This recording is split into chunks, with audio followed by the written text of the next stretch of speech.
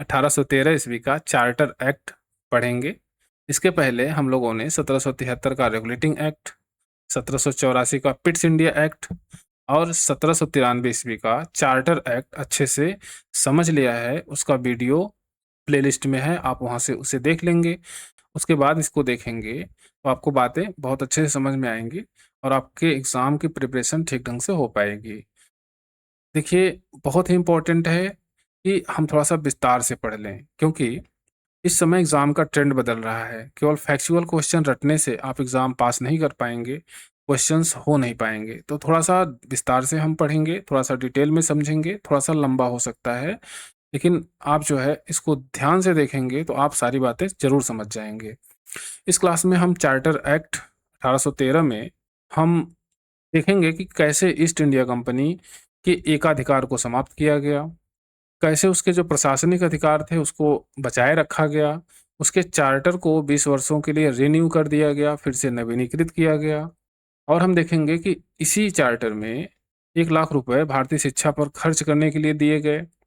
और हम देखेंगे कि कैसे जो है कमर्शियल और प्रशासनिक खर्च को अलग किया गया। और हम देखेंगे कि कैसे जो है स्थानीय न्यायालयों को शक्ति बढ़ाई गई। तो काफ़ी कुछ देखेंगे, एकदम डिटेल में ठीक से देखेंगे, तो आप इसे पूरा देखिएगा, ठीक है? और मुझे कमेंट करके ज़रूर बताइएगा कि आपको कितना हेल्पफुल लगा। तो चलिए हम स्टार्ट करते हैं, देखते हैं चार्टर एक्ट 1813। तो देखिए, चार्टर एक्ट 1813 ब्रिटिश संसद में पारित किया गया और ईस्ट इंडिया कंपनी का चार्टर जो है 20 वर्षों के लिए नवीनीकृत किया गया, यानी रिन्यू किया गया। उसके एकाधिकार को समाप्त किया गया, लेकिन इस चार्टर को 20 वर्षों के लिए नवीनीकृत किया गया। अब प्रश्न ये उठता है कि आखिर कंपनी का जो एकाधिकार है, ये खत्म क्यों किया गया? ना? ये बड़ा इंपॉर्टेंट क्वेश्चन है कि आखिर ईस्ट इंडिया कंपनी ऐसा क्या खराब काम कर रही थी, ऐसा क्या कर रही थी कि उसके एकाधिकार को ही समाप्त कर दिया गया? देखिए, ईस्ट इंडिया कंपनी कोई खराब काम नहीं कर रही थी, वो सारा काम ठीक ढंग से ही कर रही थी। समस्या हुई यूरोप में, इंग्लैंड में। क्या थी? देखिए, ब्रिटेन में उस समय 1813 में औद्योगिक क्रांति अपने चरम पर थी। इंग्लैंड में जो है 1750-60 के दशक में औद्योगिक क्रांति स्टार्ट हुई और 1800 ईस्वी तक जाते-जाते अपने चरम पर पहुंच गई। और ब्रिटेन के जो उद्योगपति थे, वो नए बाजार की खोज कर रहे थे, नए बाजार चाहिए थे उनको, अपने जो सामान थे, जो उत्पाद थे, जो वस्तुएं बनाते थे, उनको बेचने के लिए। तो ये जो है स्थिति थी इंग्लैंड की। उसी समय स्कॉटलैंड के एक अर्थशास्त्री हैं एडम स्मिथ, उन्होंने एक पुस्तक लिखी जब औद्योगिक क्रांति स्टार्ट हुई 1750-60 के दशक में ही। 1776 में उन्होंने एक पुस्तक लिखी। पुस्तक का नाम है द वेल्थ ऑफ नेशन। इस पुस्तक में एडम स्मिथ ने लेजिस फेयर की बात की, मुक्त व्यापार की विचारधारा बताई। क्या है मुक्त व्यापार? उनका कहना था कि भाई बाजार को खुला छोड़ दो। खुला छोड़ने से मतलब ये है कि सरकार उस पर कोई भी नियंत्रण न लगाए, बाजार को अपने आप से काम करने दे, इससे अर्थव्यवस्था बेहतर होती है। तो यह विचारधारा इंग्लैंड में उस समय लोकप्रिय हुई और इस विचारधारा के कारण जो इंग्लैंड के उद्योगपति थे, वो मांग करने लगे कि भाई ईस्ट इंडिया कंपनी के व्यापारिक एकाधिकार को समाप्त किया जाए। दूसरे जो है उनकी ज़रूरत भी थी कि भाई हमें अपने जो बने हुए फैक्ट्री के माल हैं, जो वस्तुएँ हैं, उनको जो है दूसरे देशों में बेचना है। तो ईस्ट इंडिया कंपनी के एकाधिकार को समाप्त करने का जो है दबाव इंग्लैंड की सरकार पर बनने लगा। उसके पहले ही 1813 के पहले ही और एक बात हुई, भाई इंग्लैंड में सामान बन रहा है, बगल में यूरोप है और यूरोप एक अच्छा बाज़ार था। लेकिन वहाँ समस्या क्या थी? समस्या थी नेपोलियन। नेपोलियन भी उस समय अपने चरम स्थिति पे था, लगभग यूरोप जो है जीत चुका था। उसने जो है कॉन्टिनेंटल सिस्टम बना रखी थी कि पूरे यूरोप में ब्रिटेन सामान नहीं खरीदा जाएगा, नहीं बेचा जाएगा। यानी ब्रिटेन से कोई भी व्यापार नहीं होगा। उसने जो है ये बात क्लियर कर रखी थी वहाँ पर। तो यूरोप बाजार तो था, लेकिन यूरोप में कोई भी सामान, कोई भी वस्तु बेची नहीं जा सकती थी। इसको जो है क्लोज कर दिया था नेपोलियन ने।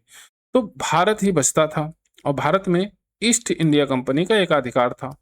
तो इसकी वजह से और दबाव हुआ ब्रिटेन की गवर्नमेंट पर, ब्रिटेन की सरकार पर कि भाई जो है ईस्ट इंडिया कंपनी का एकाधिकार जो है वो समाप्त किया जाए।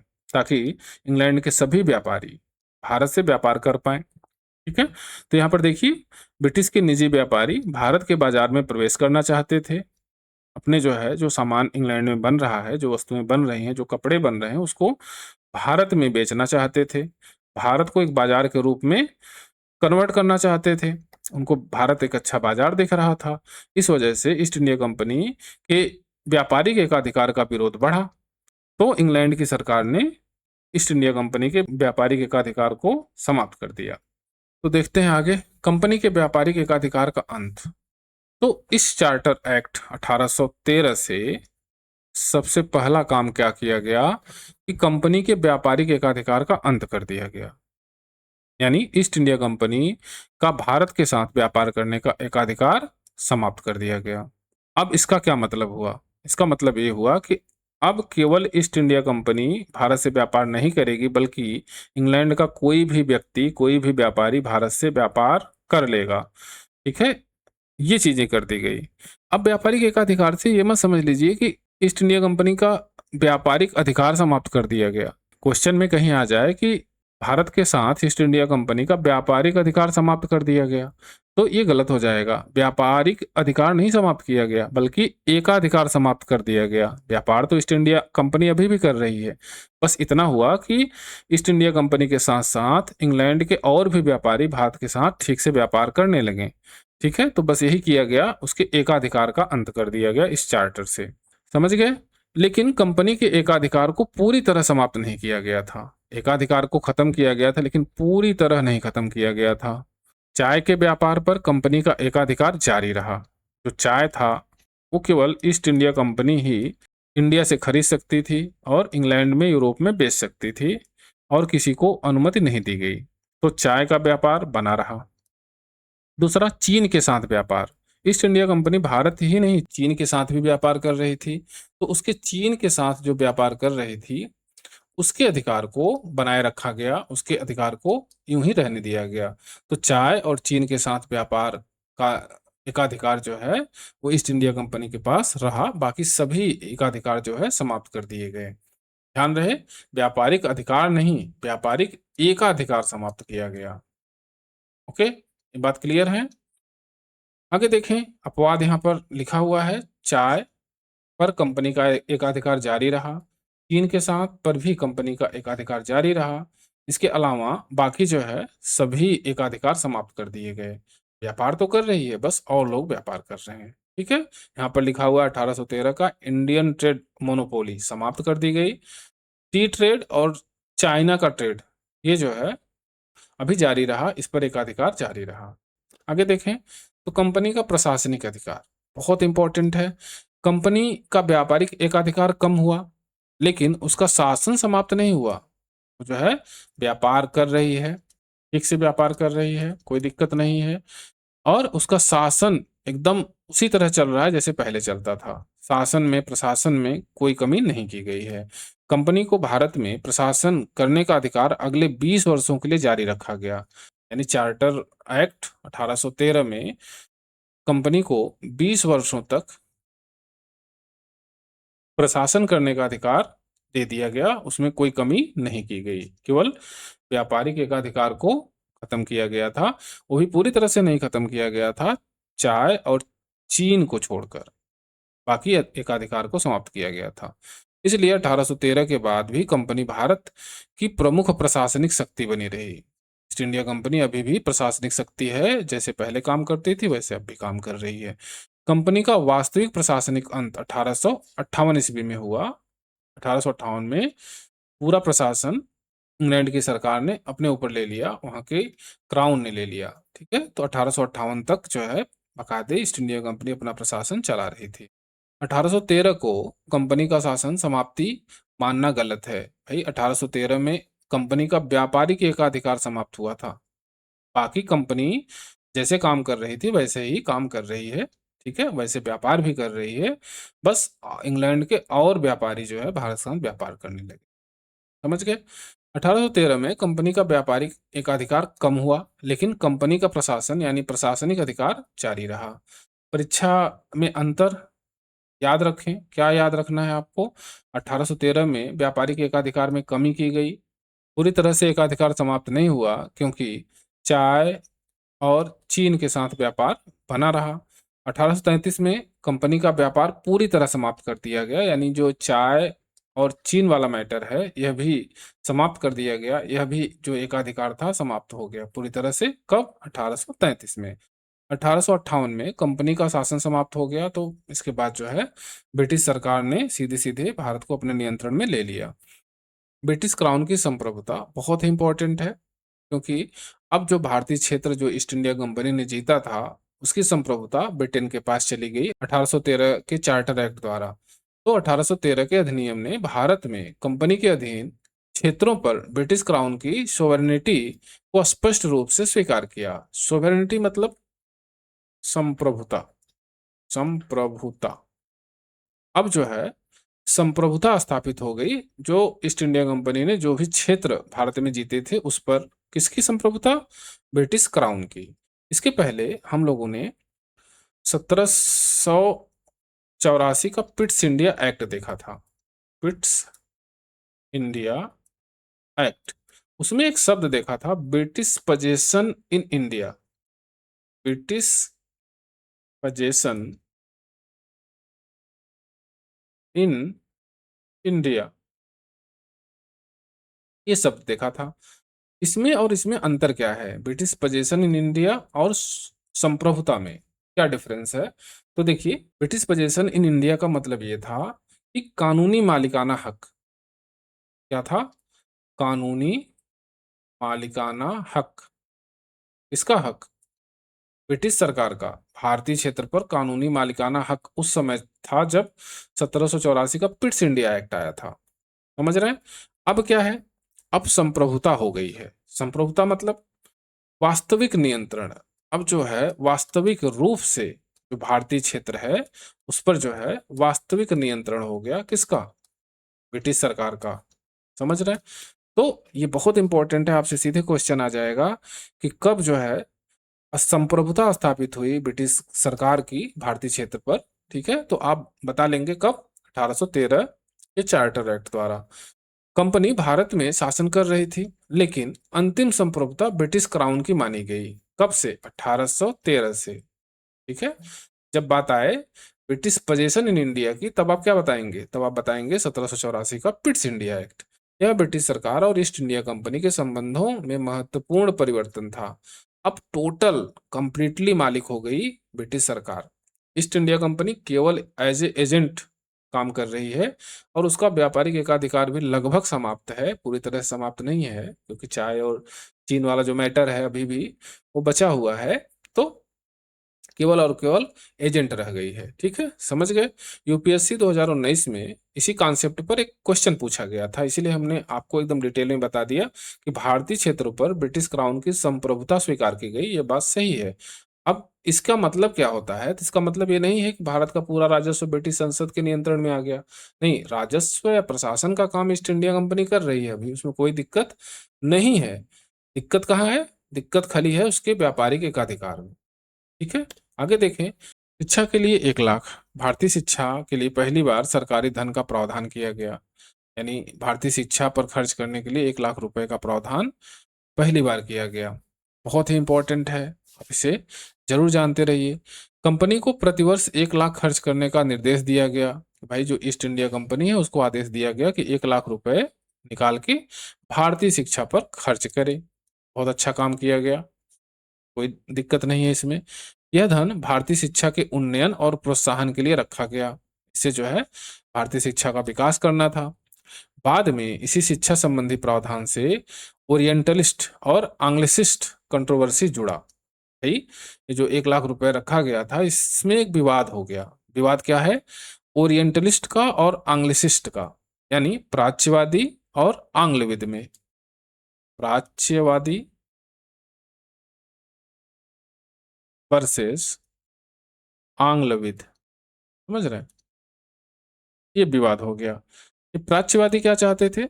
प्राच्यवादी चाहते थे कि जो 1 लाख रुपए है उसको जो है भारतीय शिक्षा पर खर्च किया जाए, यानी अरबी, फारसी जो पहले से शिक्षा चली आ रही है, जो प्राचीन शिक्षा है, उस पर जो है खर्च किया जाए। आंग्लविद ये चाहते थे कि भाई जो आधुनिक शिक्षा है, जो अंग्रेजी शिक्षा है ना, उस पर खर्च किया जाए। अब आप थोड़ा सा और जान लें कि जो आंग्लविद है उसके समर्थक कौन कौन थे। तो उसके समर्थक थे राजा राम मोहन राय और चार्ल्स ग्रांट। उस समय जो है यही समर्थक थे। बाद में मैकाले से जुड़ जाता है, तो चार्ल्स ग्रांट और मैकाले ये सब जो है आंग्लविद यानी आधुनिक शिक्षा के समर्थक थे। हम वही प्राच्यवादियों की बात करें तो उसके मुख्य नेता थे H T Princip. H T Princip, ठीक है, ये थे। तो ये विवाद जो है स्टार्ट हो गया। अब इस विवाद के कारण जो 1 लाख रुपए था वो खर्च नहीं हो सका, वो होल्ड हो गया। अब ये होल्ड काफी समय तक रहा और पैसा खर्च नहीं हो पा रहा था। तो 1823 में एक कमेटी बनाई गई। कब? 1823 ईस्वी में। कमेटी का नाम क्या है? कमेटी का नाम है general committee of public instruction. Public instruction, समझ रहे हैं? हिंदी में अगर हम समझें तो हिंदी में नाम है लोक शिक्षा सामान्य समिति। लोक शिक्षा सामान्य समिति कब बनाई गई? ये 1823 ईस्वी में इसको बनाया गया। क्यों बनाई गई? कि भाई जो पैसा 1 लाख रुपए है इसको कैसे खर्च किया जाए, इसके लिए काफी दिन से पैसा होल्ड पड़ा हुआ है। तो 1823 की जो ये लोक शिक्षा सामान्य समिति बनाई गई थी ना, इसमें 10 मेंबर थे। 10 में जो है 5-5 का गुट हो गया। 5 लोग कह रहे हैं कि नहीं, भारतीय प्राचीन शिक्षा पर पैसा खर्च होना चाहिए। बाकी 5 लोग कह रहे हैं नहीं नहीं, अंग्रेजी शिक्षा जो आधुनिक शिक्षा है उस पर खर्च होना चाहिए। तो विवाद इस लोक शिक्षा सामान्य समिति में भी हो गया, जो 1823 में बनी थी। अब इस विवाद के कारण पैसा फिर नहीं खर्च हो सका। पैसा यूं ही होल्ड रहा। थोड़ा बहुत पैसा इधर उधर खर्च किया गया, लेकिन सारा पैसा होल्ड रहा। आगे चलकर 1835 में लॉर्ड मैकाले ने, मैकाले इसको हम इनको जो है पढ़ेंगे, तो मैकाले ने जो है इसने सुझाव दिया कि भाई अंग्रेजी शिक्षा पर पैसा खर्च होना चाहिए। उसके बाद जो है यह पैसा खर्च होना शुरू हुआ। लेकिन 1813 का यह प्रावधान भारतीय शिक्षा के इतिहास में मील का पत्थर माना जाता है, जिसने आगे चलकर आधुनिक शिक्षा के विकास की नींव रखी। पहले से पैसा खर्च नहीं हुआ, लेकिन जो है आधुनिक शिक्षा के विकास की नींव इसने रखी। तो 1813 का जो चार्टर एक्ट है, ठीक है, ये बात समझ गए? अब बहुत अच्छे से इसे जानते रहिए, क्योंकि क्वेश्चन में कई बार आ चुका है। आगे देखें, अंग्रेजी शिक्षा और मिशनरी। तो इंग्लिश एजुकेशन संबंधित एक यूपीएससी का क्वेश्चन है, ये पूछा गया है 2018 में। क्या पूछा है कि शिक्षा से संबंधित कौन कौन से तथ्य सही हैं? तो चार्टर एक्ट 1813 ये तथ्य सही है। General committee of public instruction 1823 ये भी सही है। ओरिएंटलिस्ट और आंग्लिसिस्ट कंट्रोवर्सी ये भी सही है। यूपीएससी पीवाईक्यू 2018 ये क्वेश्चन था और इसमें जो है तीनों उत्तर सही है। अभी हम लोगों ने general committee of public instruction 1823 देखा है, ये भी जो है चार्टर एक्ट 1813 से ही संबंधित है। यहाँ पर देखें, क्रिश्चियन मिशनरीज, ईसाई मिशनरियों को भारत आने की आधिकारिक अनुमति मिली 1813 के एक्ट से। उन्हें भारत में रहने की अनुमति दी गई। केवल आने की ही अनुमति नहीं, भारत में बस सकते थे, रह सकते थे। उन्हें ईसाई धर्म का प्रचार करने की अनुमति मिली। मिशनरियों ने शिक्षा के क्षेत्र में भी काम किया, वो स्कूल खोल सकते थे। भारत में बिशप ऑफ कलकत्ता की व्यवस्था की गई, यानी कलकत्ता में एक बिशप को रखा गया और उसके साथ 3 मेंबर्स को और रखा गया। तो यह व्यवस्था की गई। क्यों की गई? क्योंकि भाई इनको जो है ईसाई धर्म का प्रचार प्रसार करना था। थॉमस फ्रांसवा मिडल्टन प्रथम एंग्लिकन बिशप ऑफ कलकत्ता बने। तो इनका नाम भी आप जानते रहिए कि प्रथम बिशप कौन था, हो सकता है कि आपसे एग्जाम में पूछ ले। ठीक है, तो परीक्षा का ट्रिक, मिशनरीज, एजुकेशन, बिशप, सारी बातें याद रखिए। अब इन सबको खुली छूट दे दी गई और एक बहुत बड़ा कारण बनता है 1857 के विद्रोह का, कि ये लोग बहुत ज़्यादा जो है अग्रेसिव होके धर्म प्रचार कर रहे थे और भारतीयों को लग रहा था कि उनका धर्म खत्म किया जा रहा है, उनका धर्म खतरे में है। तो यहाँ से जो स्टार्ट हुई 1813 की मिशनरी वाली व्यवस्था, ये जो है एक कारण बना 1857 के विद्रोह का। यहाँ पर देखें 1813 के चार्टर एक्ट ने अंग्रेजी शिक्षा की नींव रखी और मिशनरियों को भारत में आने व कार्य करने की अनुमति दी। बिशप ऑफ कलकत्ता की व्यवस्था भी इसी अधिनियम से हुई थी। आपसे किसी भी तरह का क्वेश्चन पूछ सकता है, आप इसे जानते रहिए। स्थानीय सरकार और कराधान बहुत ही इंपॉर्टेंट है, इसे भी समझ लेते हैं। स्थानीय सरकारों को कर लगाने का अधिकार दिया गया। वे अपने अधिकार क्षेत्र में व्यक्तियों पर कर लगा सकती थी। कर न देने पर दंड की व्यवस्था थी, यानी वो दंड भी दे सकते थे। यह प्रावधान स्थानीय प्रशासन की वित्तीय शक्तियों से संबंधित था। तो 1813 का जो चार्टर एक्ट था उसमें एक बात और जोड़ी गई, स्थानीय सरकार जो है वो टैक्स लगा सकती थी। आप लोग सोच रहे होंगे कि भाई इसके पहले क्या टैक्स नहीं लगा था? नहीं, टैक्स लगा था। रेवेन्यू वसूल कर रही थी, ईस्ट इंडिया कंपनी राजस्व वसूल कर रही थी, उसमें कोई दिक्कत नहीं थी। ये बात हो रही है स्थानीय सरकार की, यानी जो बड़े बड़े शहर थे, जो उसमें नगर पालिका थी, उस नगर पालिकाओं ने पहली बार जो है टैक्स लगाना शुरू किया। किस लिए? आप लोगों ने देखा होगा कि आज भी जो बड़े शहर हैं उसमें जो है टैक्स लगता है और उस टैक्स के पैसे से सड़क का निर्माण होता है और भी साफ सफाई का काम होता है ना। तो वह व्यवस्था, यह टैक्स लगाने की व्यवस्था 1813 के चार्टर एक्ट से ही प्रारंभ हो गई थी और पहली बार जो नगर पालिकाएं थी उन सब ने टैक्स लगाया। इसका विरोध भी हुआ, बनारस में विरोध हुआ, बरेली में विरोध हुआ, स्पेशली जो है मद्रास में और कलकत्ता में, बम्बई में टैक्स लगाए गए। और जो है जो ग्रामीण शहर थे, छोटे शहर थे, वहां पर ये उस समय नहीं इंट्रोड्यूस हो पाया, लेकिन बाद में लगाया गया। ठीक है, ये बड़ा इंपॉर्टेंट प्रावधान है, ये आपसे पूछा जा सकता है। आगे देखें, कंपनी के वित्तीय एवं वाणिज्यिक प्रावधान। कंपनी के वित्तीय और वाणिज्यिक प्रावधान क्या किए गए 1813 के चार्टर एक्ट में? तो यहाँ पर देखिए, कॉमर्शियल और टेरिटोरियल अकाउंट को अलग अलग कर दिया गया। कॉमर्शियल अकाउंट यानी वाणिज्यिक खाते, यानी व्यापार से संबंधित आय व्यय। दूसरा था टेरिटोरियल अकाउंट यानी क्षेत्रीय खाते, यानी भारत में प्रशासन और क्षेत्रीय राजस्व से संबंधित आय व्यय। क्या है ये, समझ रहे होंगे? देखिए, पहली बार ये किया गया कि कंपनी का जो व्यापार है, उसका जो आय है, व्यय है, वो अलग किया गया। उसके लिए एक खाता बनाया गया, कॉमर्शियल अकाउंट। और कंपनी का जो रेवेन्यू है, राजस्व जो वसूल कर रही है, उसका एक अलग खाता बनाया गया, उसे कहा गया टेरिटोरियल अकाउंट। समझ रहे हैं? क्षेत्रीय खाता कहा गया। तो ये खाते अलग किए गए। क्यों किए गए? कि भाई अभी कंपनी मनमाने ढंग से रेवेन्यू वसूल कर रही थी, उसी पैसे से व्यापार कर रही थी और कुछ क्लियर नहीं हो रहा था।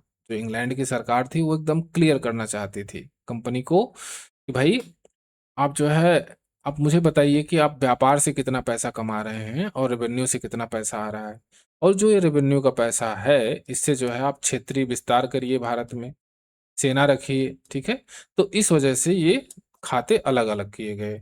और क्या किया गया? डिविडेंड, कंपनी के शेयर धारकों के लिए लाभांश तय कर दिया गया कि अधिकतम जो है 10.5% आप जो है प्रतिवर्ष लाभांश देंगे। जो शेयर धारक थे ईस्ट इंडिया कंपनी के, हम लोग पहले ही इस बात को समझ चुके हैं ना। तो ये लाभांश, ये डिविडेंड तय कर दिया गया, यानी इससे ज्यादा कंपनी अपने शेयर धारकों को मुनाफा यानी लाभांश नहीं दे सकती। तो ये व्यवस्था की गई इस 1813 के चार्टर एक्ट में। याद रखने का ट्रिक है, 1813 का चार्टर एक्ट, अकाउंट्स अलग अलग कर दिए गए और डिविडेंड यानी लाभांश वो फिक्स कर दिए गए 10.5%। ठीक है, आगे देखें, प्रशासनिक और न्यायिक प्रावधान, ये भी बहुत इंपॉर्टेंट है, इसको भी जान लेना चाहिए। तो देखिए, बोर्ड ऑफ कंट्रोल की भूमिका, शक्तियों को और मजबूत एवं स्पष्ट किया गया। बोर्ड ऑफ कंट्रोल की स्थापना कब की गई थी, आप मुझे कमेंट बॉक्स में बताइएगा, और उसमें कितने सदस्य थे ये भी बताइएगा। ब्रिटिश सरकार का कंपनी के प्रशासन पर नियंत्रण बढ़ा। इससे जो है ब्रिटिश सरकार जो थी उसका जो है कंपनी के प्रशासन पर नियंत्रण बढ़ गया। कैसे बढ़ गया? भारतीय प्रांतीय सरकारों एवं न्यायालयों की कुछ शक्तियों का विस्तार किया गया। क्या किया गया? विशेष रूप से यूरोपियन ब्रिटिश सब्जेक्ट्स के संबंध में न्यायिक अधिकारों को बढ़ाया गया। देखिए, यहाँ समझ लीजिए कि पहले जो है, जो अंग्रेज अधिकारी थे, जो कर्मचारी थे, दूर-दराज इलाकों में कहीं अपराध करते थे, लड़ाई कर लेते थे या फिर किसी का पैसा ले लेते थे, नहीं, किसी को गोली मार देते थे, तो उनकी सुनवाई केवल जो है कलकत्ता हाई कोर्ट में होती थी। अब जो है 1813 का जो चार्टर एक्ट था, उसमें ये कह दिया गया नहीं, तो उसे स्थानीय स्तर पर भी जो है उनके मैटर को सुना जाएगा। यानी जो है प्रांतीय सरकारों को भी और जो छोटे न्यायालय थे, जिला स्तर के न्यायालय थे, उनको भी अधिकार दे दिया गया कि यूरोपियों का मुकदमा वो सुने और फैसला दें। तो इस तरह से अधिकारों में विस्तार किया गया। कंपनी का प्रशासनिक ढांचा जारी रहा, लेकिन उस पर ब्रिटिश सरकार का प्रभाव बढ़ता गया। तो कंपनी का जो प्रशासनिक ढांचा था ईस्ट इंडिया कंपनी का, वो तो जारी रहा, हम लोगों ने ऊपर बात कर लिया है। कंपनी का व्यापारिक अधिकार समाप्त किया गया, वो भी पूरी तरह से नहीं समाप्त किया गया, लेकिन उसका प्रशासनिक व्यवस्था जो था वो यूं ही चल रहा था, उसमें कोई दिक्कत नहीं थी, बल्कि 20 साल के लिए उसे रिन्यू कर दिया गया। ठीक, तो यहाँ पर देखिए Pitt's India act 1784, board of control की स्थापना। Charter act 1813, board of control की भूमिका और शक्तियों को मजबूत किया गया इसमें। तो आगे देखें, चार्टर एक्ट 1813 से संबंधित ये बातें हैं, और ये जो है आप शार्ट में सारांश के रूप में समझ लें। कंपनी का भारतीय व्यापार पर एकाधिकार समाप्त हुआ। ध्यान रहे, पूरी तरह से नहीं। चाय और चीन, चाइना का ट्रेड पर एकाधिकार बचा रहा है, यानी इसको छोड़कर एकाधिकार समाप्त किया गया। यहाँ पर टी ट्रेड है, चाइना ट्रेड है, और बाकी जो है अगले 20 वर्षों के लिए जो है अधिकार बने थे चीन के और चाय के ट्रेड पर। ब्रिटिश क्राउन की सोवर्निटी स्वीकार की गई, संप्रभुता स्वीकार की गई, हम बात कर चुके हैं इसकी बढ़िया से। ठीक, भारतीय क्षेत्रों पर ब्रिटिश क्राउन की सर्वोच्च संप्रभुता स्वीकार कर ली गई। तो यहाँ पर जो है एक लाइन में याद करिए, तो 1813 में कंपनी का भारतीय व्यापार ये गया। ठीक, बाकी लोग भी व्यापार कर रहे थे। चाय एवं चीन का बचा रह गया। 1 लाख शिक्षा को मिला, मिशनरी आए, बिशप बना, क्राउन की सॉवरेनिटी ये स्पष्ट हुई, टैक्स लगाने की शक्ति मिली, जो क्षेत्रीय नगर पालिकाएं थी, क्षेत्रीय जो संस्थाएं थी, और अकाउंट अलग अलग हुए। यही सारी बातें हम ऊपर कर चुके हैं। यहाँ पर जो है एक लाइन में आप इसे समझ लीजिए। ठीक है, चलिए मिलते हैं नेक्स्ट वीडियो में।